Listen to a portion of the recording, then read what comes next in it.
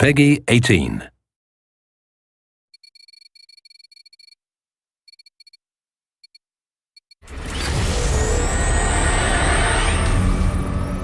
We're at the world-famous Abbey Road Studios in London, England, really having the musical time of our lives, recording the score to Call of Duty Black Ops 2.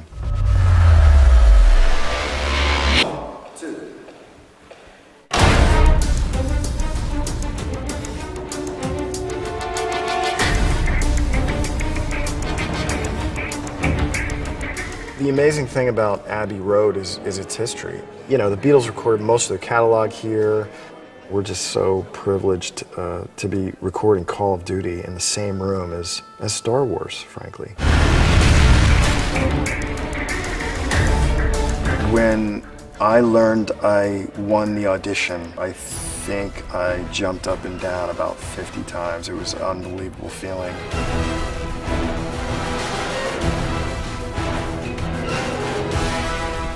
For a game like Call of Duty, I wanted to have the best musicians in the world. You know, these musicians have been trained for a couple dozen years, some of them, and they're just amazing at what they do. I could never hope to have the same kind of quality of this music without their input, and their interpretation of what I write brings something new and fresh.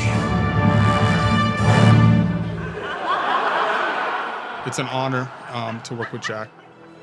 He brings a skill set to the project that I think is unique to him as a composer, where he's able to take orchestral score like we're recording here today and mix it with other pieces of music that he's written that are more electronic, and creating what is a very unique sound.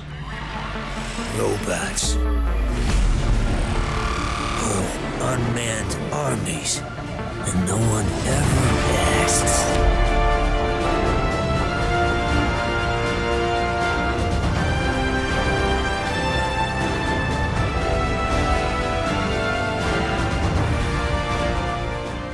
Being in the room and hearing something I didn't expect to happen, but it's actually better than I thought it would be. And that's the value of bringing all these different parties to our party.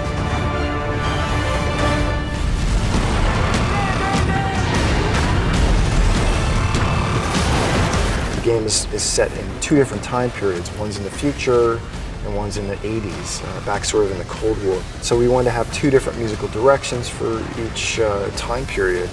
We wanted the future to feel a little bit more slicker and have maybe more electronics, whereas the 80s feels a little bit more orchestral.